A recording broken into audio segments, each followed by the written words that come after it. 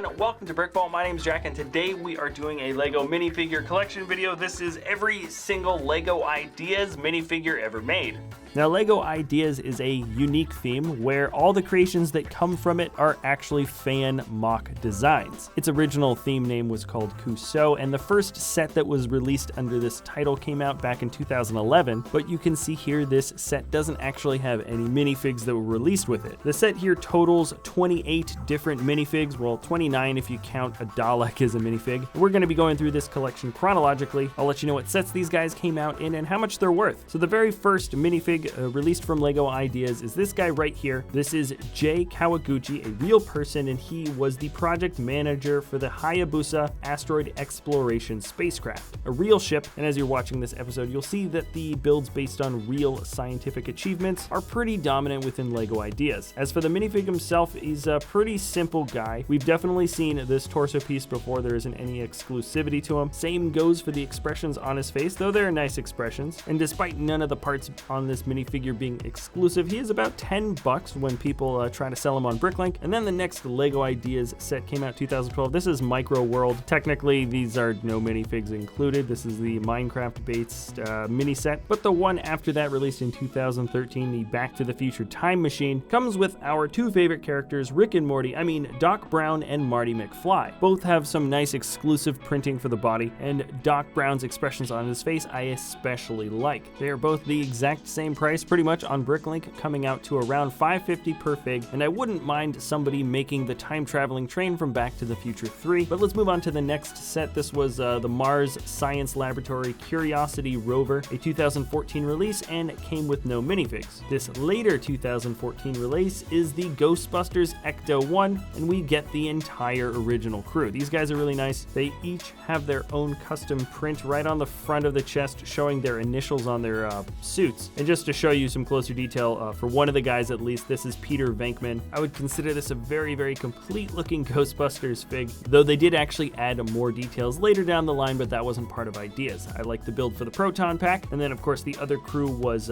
Ray Sanchez, Winston Zeddemore, and of course Dr. Egon Spangler. Because these guys are a team and no collector really wants to just have one of these guys, none of the minifigs play favorites, and they're all worth around $6 or $7 each. That's including the Proton Packs. Later that year in August of 2013, the Exosuit set came out, a really awesome LEGO Ideas set, one of my favorites. Not only because the Exosuit is really awesome looking, but this is the first LEGO Ideas set that was not based on any previous license or just something that actually exists in reality. This is just from somebody's imagination. The two minifigs are based on classic space characters. This is Peter and Yves. There isn't really much to describe about these guys other than they look like pretty nice classic space figures. They are all green. They each sell for around $4, and pretty much released at right around the same time was the Research Institute set. It's a series of science vignettes following a paleontologist, an astronomer, and a chemist. None of the scientists have any specific names. Let's start with the chemist, because her torso piece is actually the only exclusive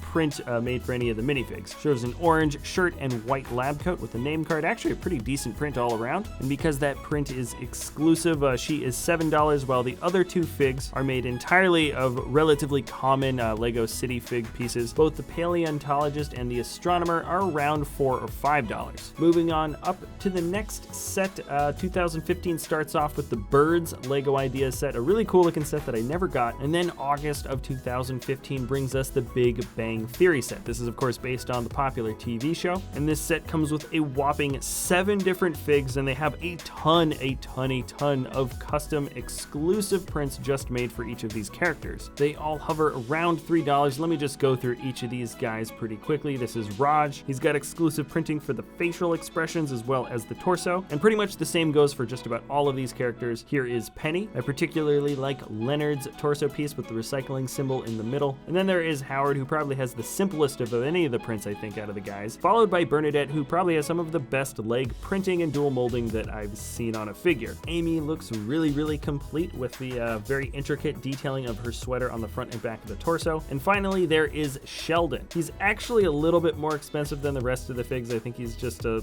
little bit more popular of a character, or possibly he's more popular just because he's got that awesome Flash symbol with the dual molded arms. Either way, it doesn't matter. Here is my all-time favorite LEGO Ideas set. It actually doesn't have any minifigs. This is just Wally. He's awesome. And someday I think we should definitely make an Eve for this guy. But anyways, moving down, 2015 finishes off with the Doctor Who set. This is of course based on the famous British TV show, and included are the 11th and 12th Doctor, Clara Oswald, a Weeping Angel, and a couple of Daleks. Starting off with Clara Oswald, she has awesome printing with the plaid skirt that goes around the legs. Really does make this minifigure feel extremely complete. She is about $350, and the price is pretty much the same for one of the Daleks. This little machine minion of death has one exclusive print right on the top of the head, and generally speaking, I think this is a wonderful little build. The 11th Doctor here has a very detailed print on the front of the torso, not just showing the stitching in his jacket, but also the very thin stripes of his shirt. Some of that print goes onto the front of the legs. And here is the 12th Doctor with his purple jacket. I believe this is the first time that Widow's Peak piece was ever used for his hair, though it's now been used on several figs since then. And both of the Doctors sell for around $4 or $5. The most expensive fig from the collection is actually the Weeping Angel. She has an extremely detailed print on the front. The wrinkles on the dress move all the way down. There's a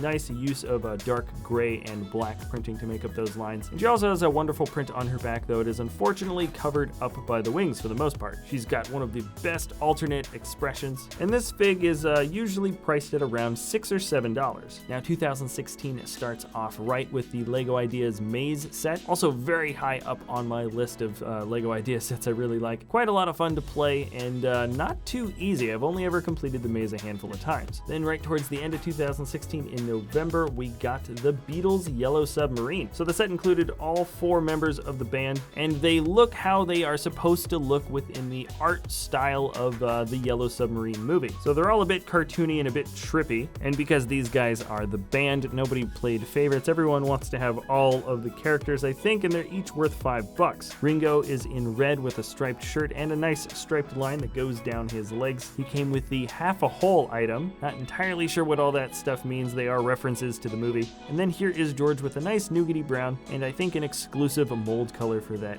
hairpiece. He's holding the engine of the ship, and Paul comes in a variety of different purples, or well, I suppose that's a purple and maybe a lavender. He's holding a 1x2 tile piece that says love on the side, and John Lennon feels a little bit more complete. He's got the printing on the sides of the legs, but also the legs are different colors, and he's got a nice sort of floral frocky thing that kind of goes around his shoulders and down the front of the chest. He's holding the telescope, and also this set came out with one more minifig. This is Jeremy, or the Nowhere Man. His body is based on the mold from one of those Nexo Knights bad guys, and despite his crazy weird looks, it actually follows the art style of what this guy's supposed to look like in the movie pretty darn well. He's a little bit cheaper, he's less well known, he's around $3, and believe it or not, that is actually it for the minifigs in this collection. Later, the Caterham 7 620R came out, as well as the Adventure Time BrickVault figures. Very soon, NASA Apollo Saturn V is going to be here, and then we're going to get some new minifigs with the Old Fishing Store and the Women of NASA set, though the release dates have not yet been announced for those ones. This collection is a bit different from the previous ones because usually you can see sort of an evolution in how characters and certain types of figures developed over time, whereas this just kind of covers a series of different licenses, and you just get to see some fun characters built from LEGO. If there was any character to add to the LEGO Ideas theme that I'd like to see here, I suppose sky is the limit, at least in terms of what LEGO allows to be licensed out through a toy company. I think it would be really great if we got a nice big Zelda themed set. LEGO has already gotten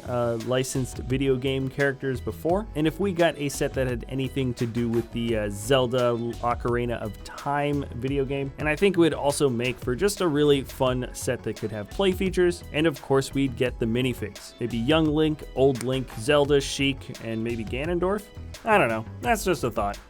Alright, that's it for this episode, everyone. Thanks a lot for watching. Remember, if you enjoy our content, you can always like or subscribe. And if you've got any ideas about another LEGO minifigure collection video you might want to see in the future, let us know in the comment section below. We've done a bunch in the past, and we've got a bunch more set up in the future. We try to get at least one collection video out a week. Anyways, that's it for this episode. Thanks again for watching, and we'll see you next time at BrickVault.